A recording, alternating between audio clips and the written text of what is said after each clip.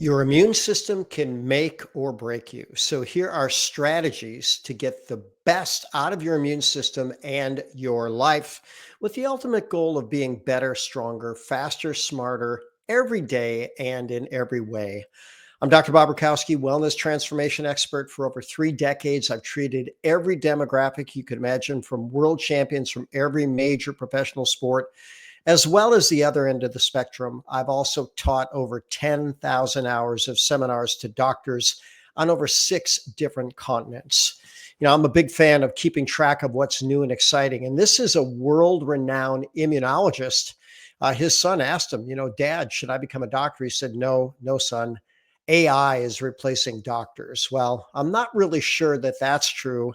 That's his perspective. If medicine is only information, well, AI can do that. But I happen to think that health and healing is way more than information.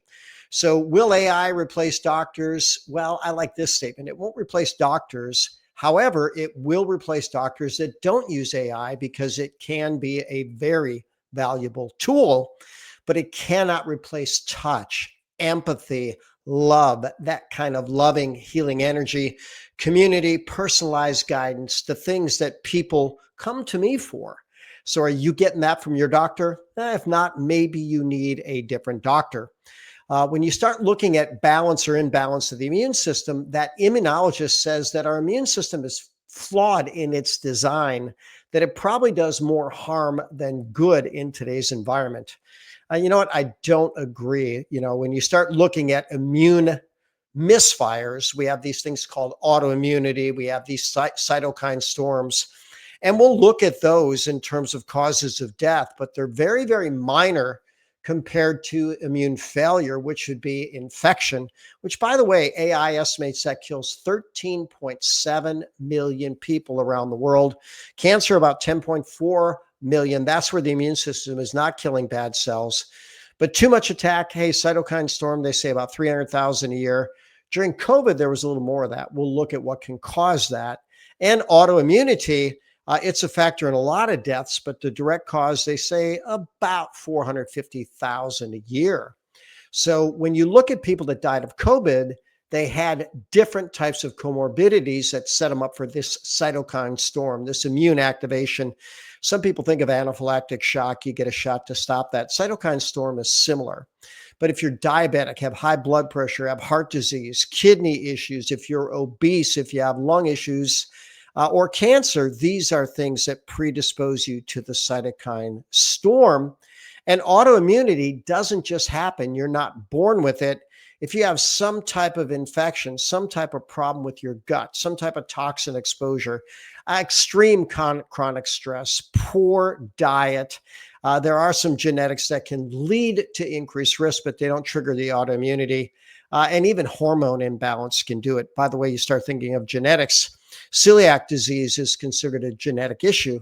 But guess what? You look at twin studies, and it's about 1/3 of the cases of twins both have celiac. So genetics are the minor player. One of the things I've taught people for decades is that healthy bodies don't get sick. And how do we suppress or distress or imbalance our immune system? Number one is going to be stress, poor sleep, which, by the way, triggers stress, obesity, and insulin resistance. Obesity actually perpetuates stress by recycling stress hormones. Certain levels of nutrient deficiencies, excess alcohol consumption, which, by the way, even a little could be too much in that case, depending on your genetic risk. Certain environmental toxins, and then chronic infections. These are all enemies of the immune system. Now let's cut to the chase. If you have a healthy, delicious, nutrient-dense shake, which a lot of people are doing that's about a $5 to $6 billion a year market. I like Reishi infused coffee, immune coffee. I like gratitude. I like the resolving form of omega-3. And then move your body in every day. These are simple changes I believe everybody can do. Most people can afford. And I think it will move you more forward than nearly any other protocol out there. So let's look at the data. Chronic distress definitely suppresses the immune system. And when you look at a chronically distressed immune system, So many different things can happen, including heart disease, autoimmunity, diabetes, chronic fatigue, neurodegeneration, cancer, and even gastrointestinal distress, which, by the way, a lot of people might get that first. But this is what happens when the immune system is distressed. And very, very simply, keep a good immune system. You have a better probability of preventing all this. So I like a stress reset. Melatonin actually buffers the brain drive of stress. It can be good for adrenal insufficiency. And by the way, it's now proven to be anti-cancer by at least 10 proven mechanisms. Additionally, there's no toxicity to it. I recommend taking it every hour. Why? Because the half-life is about an hour. So an hour later, half of the benefit's going to be gone. Theanine, that is going to cross the blood-brain barrier. Natural GABA facilitator produces calmness without drowsiness. Ganoderma will lower serum cortisol as well as being anti-inflammatory by 15 different mechanisms. And it's proven to calm the body, the mind, and the spirit. So I like all three: melatonin, theanine, Ganoderma spores every waking hour, 7 to 10 days. 10 is probably better for most. Sleep right. A great day starts the night before. And I've taught people for decades, if you're not running on rest and recovery, you're running on stress hormones. I like the term mental floss. So Jim Rohn, his dentist told him decades ago, look, only floss the teeth you want to keep. Only floss your brain consistently if you want to keep it healthy throughout your entire life. And the glymphatic system, our brain is detoxifying during our sleep. And Poliquin said this: nothing gets us more bang for our buck than sleep. The best of the best sleep 8.6 hours a night. These guys, I don't know if they succeed in every area of life, but they were really, really good in their given field, and they all made sleep a high priority. A great day does start the night before. You want to wind down routine, no food, no stimulation, no blue light, no fluid. Sleep in a quiet, dark, cool room. And then these can actually be very, very helpful. I like this sleep time formula as well as Ganoderma spores. Remember, it's going to reduce the amount of circulating stress hormone, which keeps people awake. It's also a natural GABA facilitator. I also like the concept of a sleep window. You want to be very consistent in your routine. I often tell the story. I had a woman decades ago who said she only slept 3 hours a night. And I said, all right, fine. That's all I'm going to give you tonight. Go to bed at 3:30, wake up at 6:30. The next day, you can't have any stimulants. You can't take any naps. And if you want to expand that window, you can. By the end of a week, she was sleeping 8 hours a night. I'm a big fan of sleep monitors. I actually have a couple of them on right now because I do like to track my sleep and my biometrics. Now, after chronic stress, we're going to get to insulin resistance. Robert Lustig says it's the most consistent and impactful factor in chronic disease. And so many things go wrong in the body, and so many symptoms happen as a result of insulin resistance. I've said for years, friends don't let friends become diabetic, but the first step of diabetes is insulin resistance. So don't become insulin resistant. So a healthy keto diet, good exercise, in fact, both aerobic and anaerobic, good fiber, time-restricted eating. That means don't spend your whole day eating, start shrinking that eating window. Lose some fat. Since this was a medical ask, GLP-1 facilitators are like those. I'll talk about the pros and cons. And then even our toxins in our world are bad for blood sugar.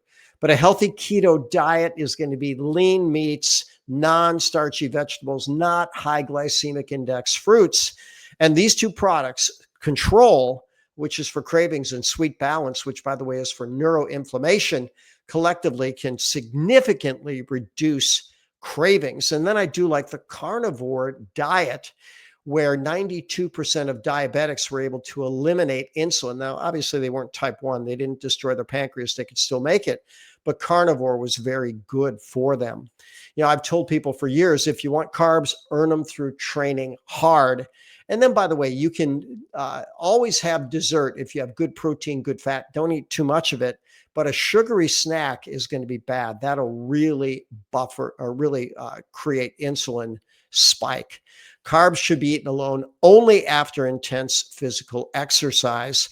So what do I ask people to do in terms of moving their body? This 12 exercise, 7-minute routine is proven to enhance strength if you work hard. So 7 minutes one day for strength, and then 4 minutes Tabata the following day for cardiovascular. Alter those things. This is food sequencing, meal sequencing, food combining. Ultimately, if you're going to eat anything with sugar, eat any type of dessert, eat it at the end of a complex meal. In Ozempic, I've seen people that have done it. They lost the fat. They felt good about that, but they lost the ability to perceive joy. Hopefully that comes back for them. This market is absolutely booming. And here's a sad reality for most people: 20 to 40% of the weight loss is actually muscle loss. Now, I'm very grateful that my patients have followed my advice: good protein, good branched chain amino acids, good resistance training. And I have seen some people do Ozempic without losing lean, but they're actually estimating that for the people that don't, the frailty costs will be over $57 billion a year. And by the way, statins inhibit GLP-1. So if you're taking cholesterol-lowering drugs, that could be a problem for your blood sugar and your fat. And there's a little expanded picture of the 7-minute strength workout and your 4-minute cardio Tabata workout. Malnutrition, the number one cause of death on the planet. In AI, they specifically called out vitamin D. There's about 1 billion people globally that are deficient. How many people are optimal? Almost nobody. So I measure it in everybody. And vitamin D got some pretty good press during COVID, because if you had good vitamin D, you didn't likely get bad COVID or die. But the worse your vitamin D, the worse your COVID prognoses. And I've given for decades now K2 with D3 because the synergy is so much better. And then zinc deficiency, bad for all viruses, bad for testosterone, bad for immunity, bad for digestion. You want good zinc status, and who knows how many people have it. Some suggest 95% of people don't have it. I'm kind of in that camp, but there's not many high zinc foods. Oysters are probably number one. So most people do zinc supplementation to optimize their zinc status. Next immune enemy is alcohol. To drink or not to drink, I have a YouTube channel on that. People that drink a little live longer than people that don't drink anything, but people that drink the most die earliest. So how much is too much? Well, some people like Andrew Huberman say any is too much. It's a definite toxin. You don't need it. It doesn't benefit you. But men, up to 2 drinks a day if they don't have prostate cancer risk. Women, 1 if they don't have breast cancer risk, because there is a strong association between alcohol and breast cancer and alcohol and prostate cancer. And how much should men with risk of prostate cancer have? About 1 drink every 10 days. Same with breast cancer. So 1 drink every 10 days, not much at all. Who should not drink? Well, people that are dealing with immune challenges, people that are predisposed to alcohol issues, people that need their full cognition at all times should not drink. Finally, detox. Cleanliness is next to godliness. We do have a toxic world. Here's the symptoms of chronic poisoning: fatigue, sleep disturbance, intestinal distress, allergy symptoms, headaches, confusion, and anxiety. And I've said for decades, get rid of these symptoms, I'd have to do something else for a living. So I'm a big promoter of detox. So how big is the problem? There are over 80,000 registered toxic chemicals, and everybody has over 700 toxins in their system. And when they study toxins for their effect on the body, they study them one at a time. How many combinations could you come up with? 700 toxins at a time. Think about the 26 letters of the alphabet, nearly an infinite number of words. So it's very, very hard to predict what would happen there. Environmental Working Group study newborn infants, over 200 toxins they were exposed to at their moment of birth. This was an interesting thought: death by 1,000 cuts. I asked AI about females because they use more personal care, more makeup, stuff like that. How many toxins are they exposed to every 24 hours? 50 to 80 was the average. And death by 1,000 cuts was reserved for the worst of the worst crimes. But yet we all seem to do that with our bad lifestyle choices. We cut away at the health and vitality that we could have. So I'm a big fan of pushing people hard enough to get out of their trouble. So the metaphor I've used, if you're stuck in the mud and I give you a push and you hit the gas, you spin your tires, you get into a bigger problem. But instead, I want to push you hard enough to climb out. So detox is nutrient dependent, energy dependent, protein dependent. And I recommend 7 to 10 days of an intense detox every single year.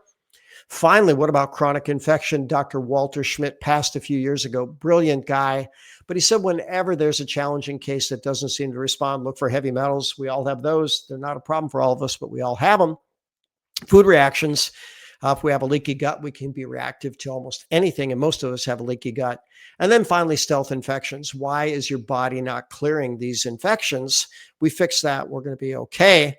And by the way, I've taught functional lab analysis for decades again. And you don't need $1 million worth of labs. You don't need $2,000 worth of tests for Lyme's.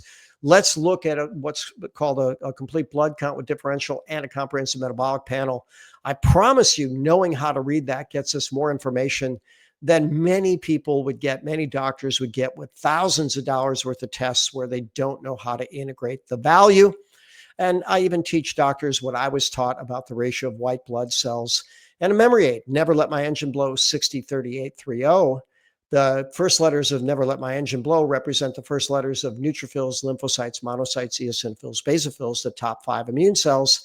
And then the ratio 60%, 30%, 8%, 3%, 0%.